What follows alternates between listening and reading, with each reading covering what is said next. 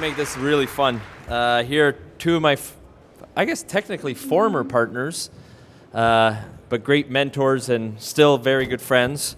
So we're going to start right away. So Doug Casey, you've seen it all. You've been here, done that. You know, you've fallen off your expensive polo horses playing with polo champs around the world. You've flown with Ross Beatty and Rick and Ivanhoe with Friedland. You've done it all. What about the cryptos? What's your opinion for a guy who's the international speculator in 1 minute or less? What's your take? I was given my first, is this working? Doesn't sound like it's working. I was given my first Bitcoin in 2013 when it was worth about $14 a Bitcoin. But let me say this, the fact that this is a resource conference and everybody's really interested about cryptos and the fact that it's everywhere in the news and so forth, I'm not saying the party's over, but you better be careful if you buy any of these things, including the cryptos themselves at this point. And incidentally, starting in August, I bought a bunch of cryptos, and I got 7-to-1 on my money. That's just crazy since August. So I don't have much interest in speculating in them at this point. Hey, maybe they triple. Maybe they go 10-to-1 from here. I don't care. Rick, because Sprott's getting in the cryptos, is that a sign of a top? I knew I was going to get you back. I think really what it has to do with is the fact that we're slow off the mark. We got into the crypto business not because cryptos were hot, but rather because we thought the distributed ledger was a more efficient way to disintermediate gold ownership, storage, and transaction.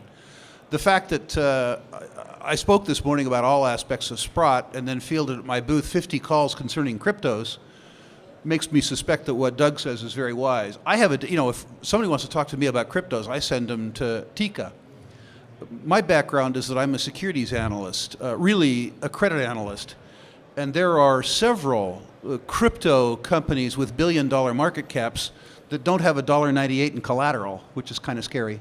So, Rick, what are your favorite commodities for 2018? I think for equity investors, the place you want to be is in the gold equity space. I think gold itself performed reasonably well in 2017, despite a lack of fear in the broad economies, and the gold stocks underperformed.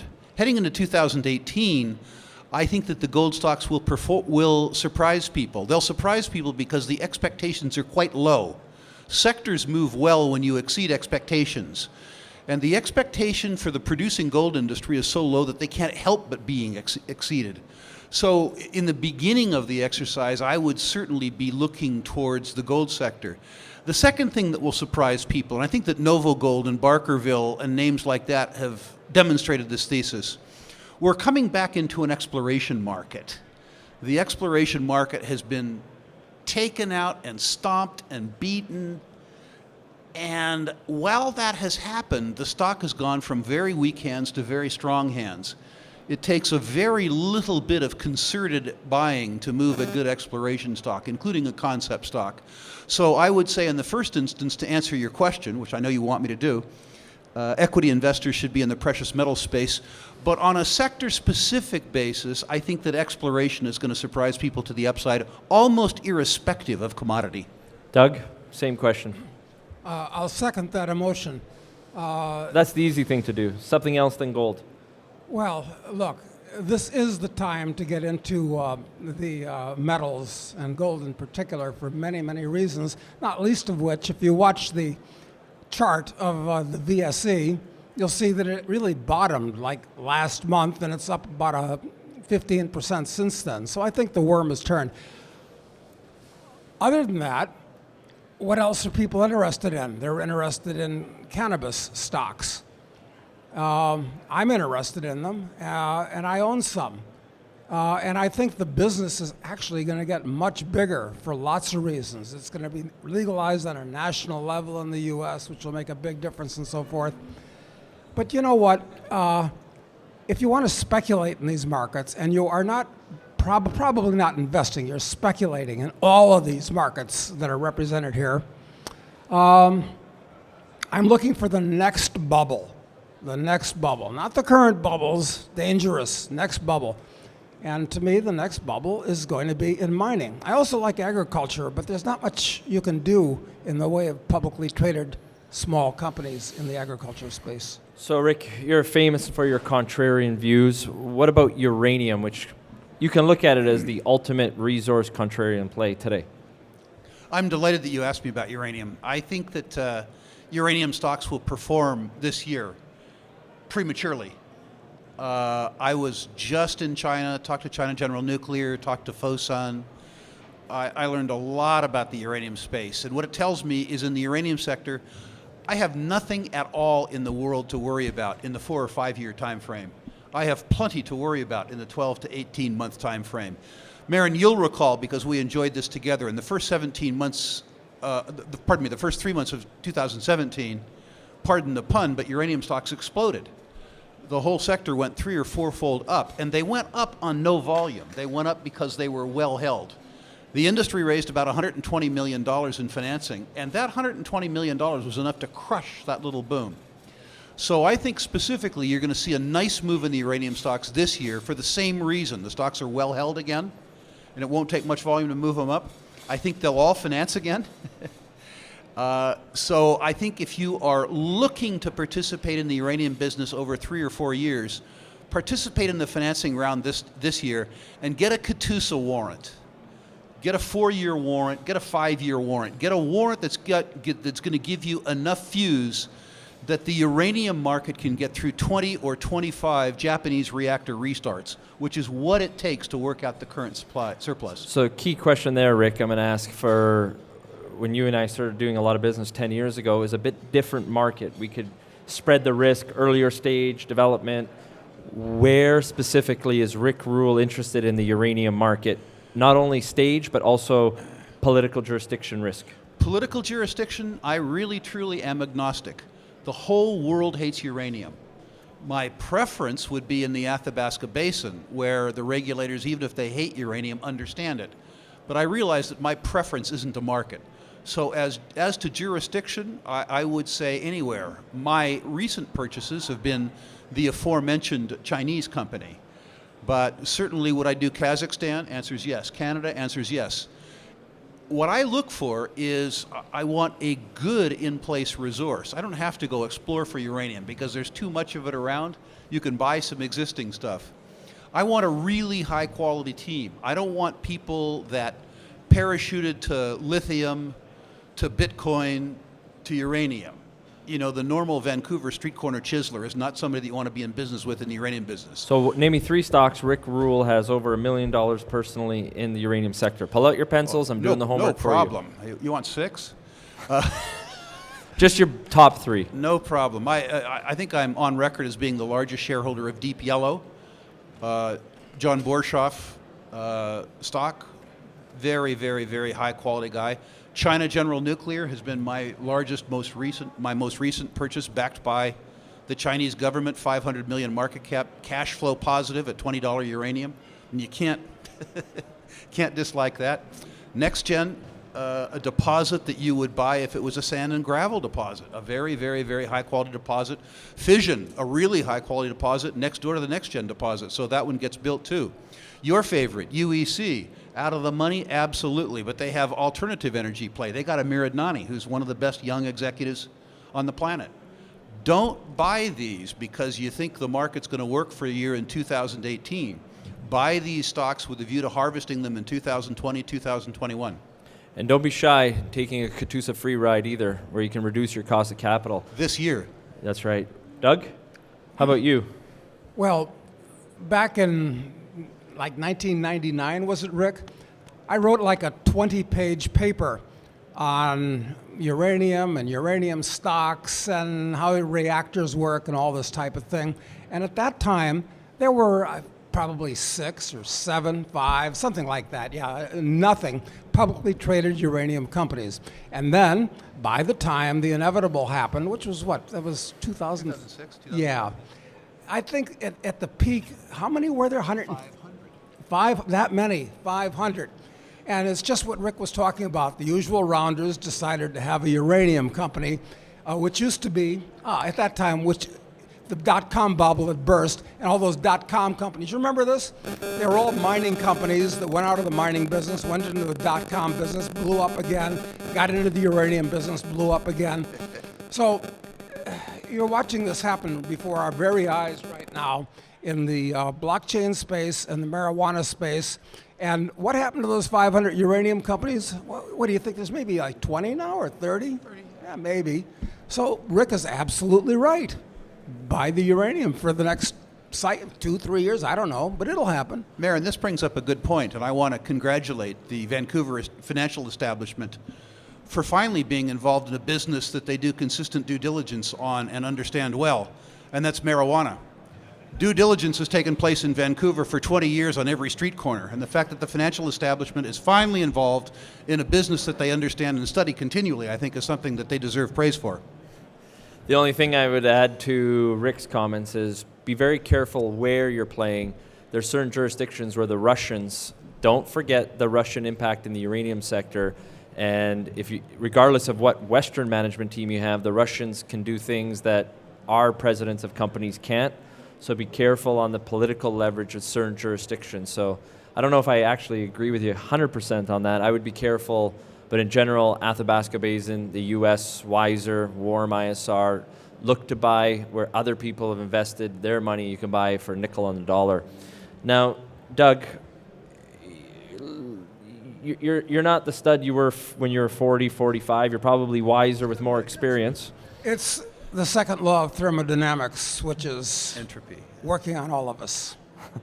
So what is Doug Casey doing now? You've made all this money. So what if you're out there, what does Doug Casey do with his money? Well, I like living out in the country. So I have a big farm in Uruguay and others in Argentina. And I like being out there with the cattle and the horses and stuff like that.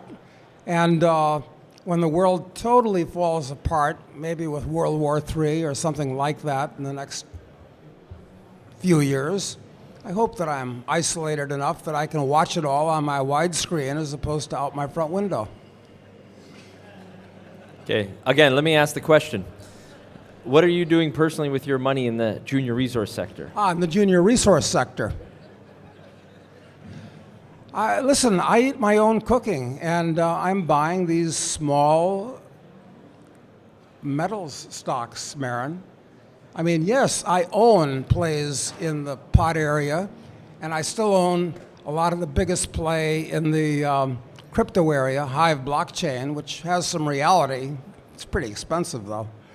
But yeah, I'm buying private placements wherever I can find them in good mining exploration companies. So Rick, what are you doing right now with your money? I'm trying to originate high-quality private placements with high-quality management teams that I know and love and trust that have the good sense to give me a fair shake for my money. That is a warrant. I'm being relatively successful despite the intemperate words of the prior speaker. A warrant is the right but not the obligation to commit more money at a later date for a fixed price. When you contribute money to a small company by way of private placement, you should, in every case, be contributing capital for the specific purpose of answering an unanswered question surrounding their exploration thesis. If you are contributing the capital that gets the unanswered question answered, you ought to get a proportional piece of the reward. The warrant is the right, after the question has been answered yes or no, to participate without having the obligation to participate. Fair enough? Excellent. Yeah, I could tell you a wonderful anecdotal story about me and warrants in a small Caribbean country. But no, I need a couple drinks and some time. No, warrants are wonderful. You're all invited. Rick, everyone's here to listen to some tips. 3 stocks and a specific buy under. I know you're not allowed to be, but that Rick Rule would be personally buying of companies here on the floor. Wow. And at what price that you would buy more at? Ask a couple of other questions first while I think about that. I'm not trying to duck the question. So Doug Casey, can you answer the question? Not effectively, and I'll tell you why I can't answer it effectively. It's that those of you who live here in Vancouver are really, really lucky because you can get to know all these companies here. When I used to frequent these shows regularly and seriously, all the names of the companies on these books have changed. They're all new to me, brand new. I'm not going to, at this stage, take the time and trouble to learn them all. What I do have is a network of people, prominent among them, Marin and Rick, that will give me a telephone call in the middle of nowhere in Argentina and tell me, this is what you ought to do. But you guys live here in Vancouver. You ought to get to know these companies and pick out the highbrows from the hipsters, the scamsters and the phony tipsters.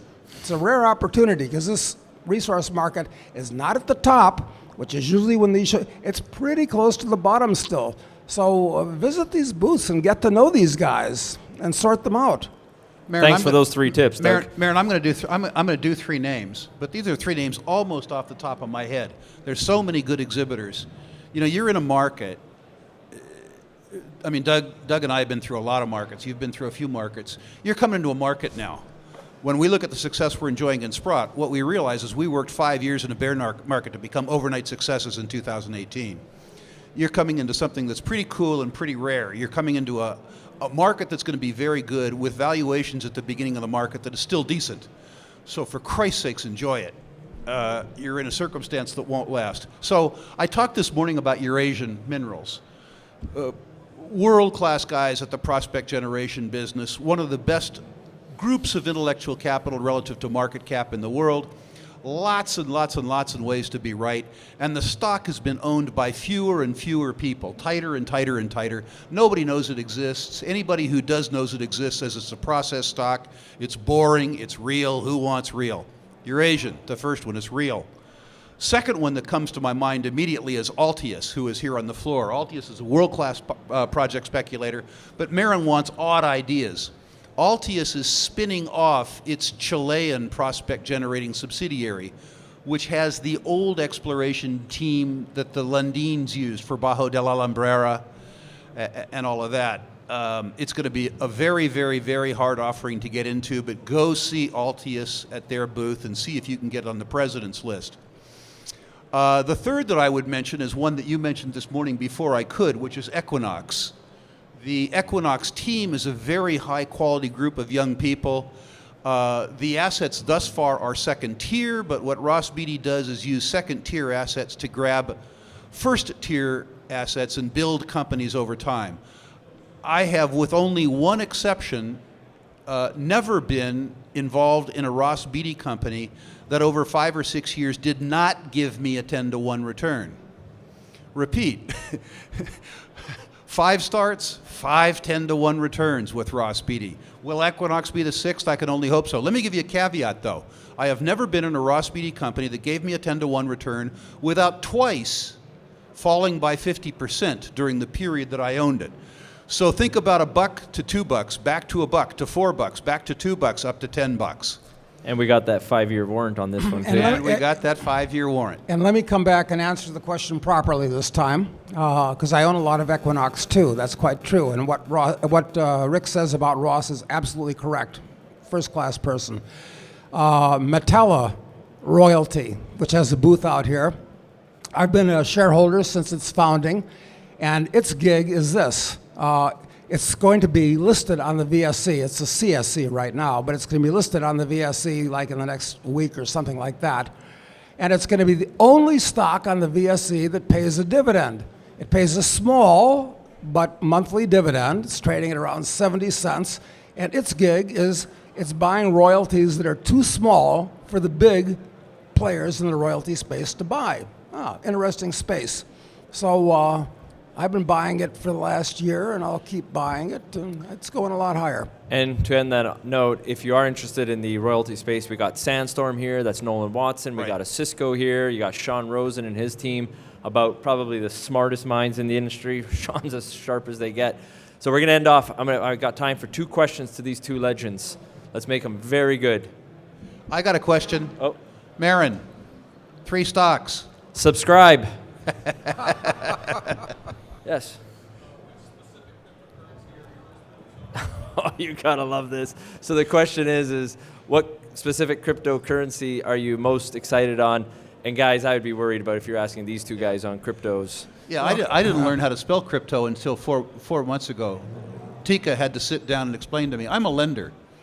And if you look at the whole crypto space for collateral, collectively the crypto space is worth $1.98 as a lender. The crypto that I am most interested in is the one that Sprott will sponsor, which will be literally gold-backed and redeemable in gold. Now, the kids won't like it because it'll have some value. So it's not a 2-cent lie that you can jitney to $2, which is what most people want. This is actually one that has a function, which is to disintermediate the gold trade and make it efficient. Next question. Yes. Sorry, I couldn't hear you. My ideas on the housing market, it doesn't really matter. My wife made that decision for us. Rick, Vancouver's a bubble and it probably will stay a bubble because it's a beautiful city. That's about it. Okay, ladies and gentlemen, thank you very much, and thanks to Rick and Doug. Thank you, Marin.